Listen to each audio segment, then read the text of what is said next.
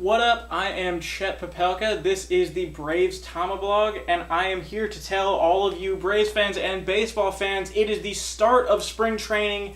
It's a very important time, and I come here to tell you, do not let anyone steal your joy. The start of spring training is the most important time of the year for any baseball fan. It's the only untampered, untouched expression of joy that you can have in a baseball season that can't be touched by anyone else. So don't let any projection site, don't let any major writer tell you that you shouldn't be excited. Unless you're a Padres fan, you shouldn't be excited. You should be ashamed.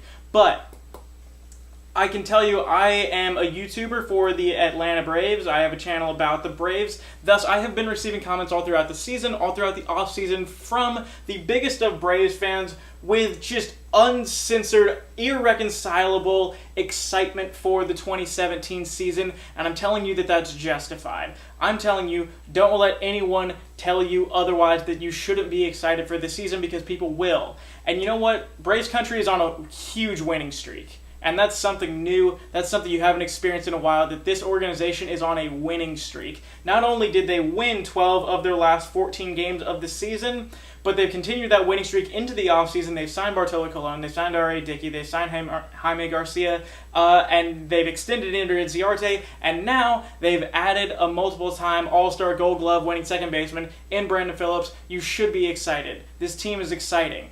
I'm going to go through just things that have happened since the addition of Matt Kemp. First of all, we added Matt Kemp. That was probably the biggest one that ever happened, is that we added a right-handed power bat to the offense. You saw what happened. It became one of the best offenses in Major League Baseball immediately, and it did not cease throughout the remainder of the season, which was 2 months long. That's not a small sample size. That's reputable. That's a real thing that happened. The Braves have a good offense now with Matt Kemp. Also, they brought up Dansby Swanson, the number 1 prospect in the organization, and the number 4 prospect in baseball at the time. We were hoping, maybe he'll hit 240, 250, he'll have something good going into next year. We were hoping, please don't hit 220. He hit 302. He hit 302 in 38 games.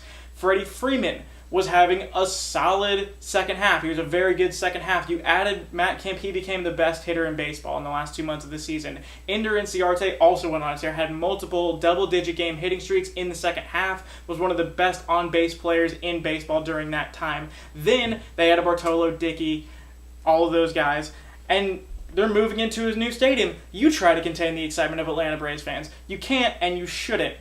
You know who has? There's been something of late that projections are coming out, as they do often at this time of year. USA Today was the first major site to come out with their projections for this season, and they projected the Braves for 71 wins in the upcoming season. 71 wins. That's a 3-game improvement from the year before.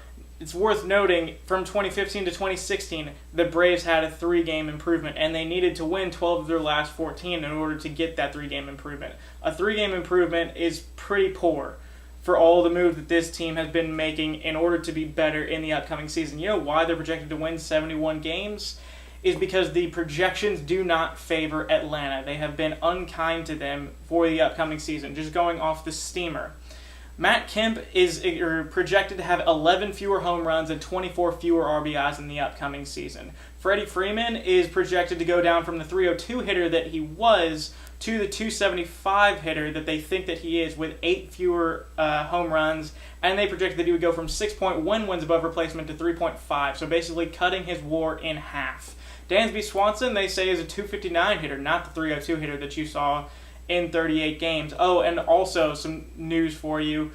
Sabermetrics do not like Julio Teheran. I don't know if you've kept up with this at all. They never have. Julio Teheran had a 3.21 ERA last year. They're projecting that he goes to a 3.99 ERA this upcoming year, with basically increases in every other thing. Fielding independent pitching, walk rate, his strikeout rate is supposed to go down. Sabermetrics not expecting much from Julio Teheran. It projects 30 fewer games for Bartolo, or 30 fewer innings for Bartolo Colon, and I'm not even going to get into how much the Steamer hates Jaime Garcia, and particularly R.A. Dickey.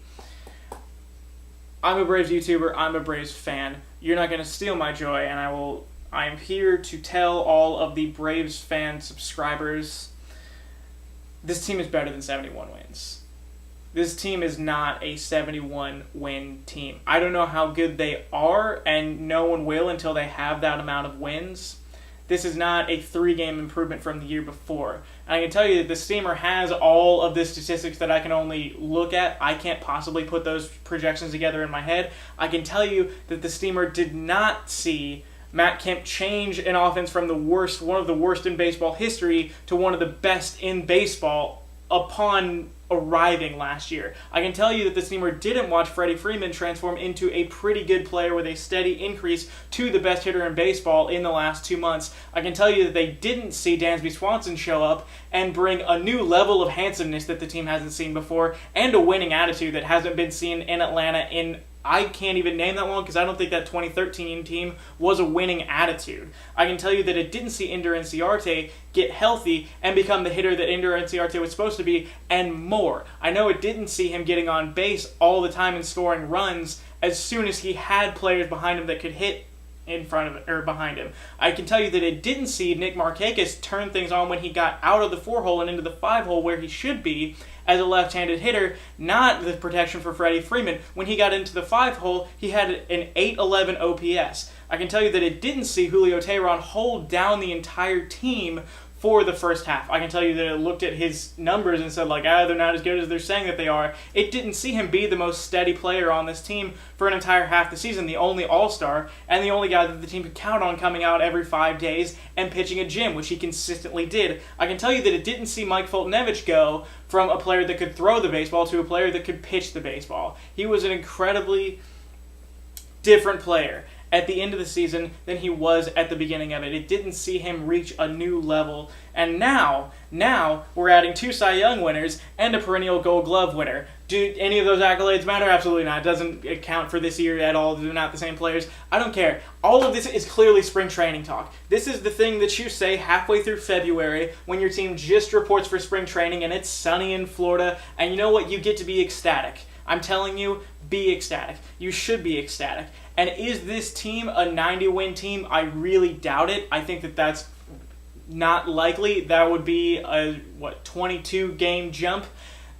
That's not realistic, but I can tell you this is not a 71-win team. I have watched the entirety of 2 straight last-place seasons with a top-5 draft pick. I can tell you what a losing team looks like. This is not one of them.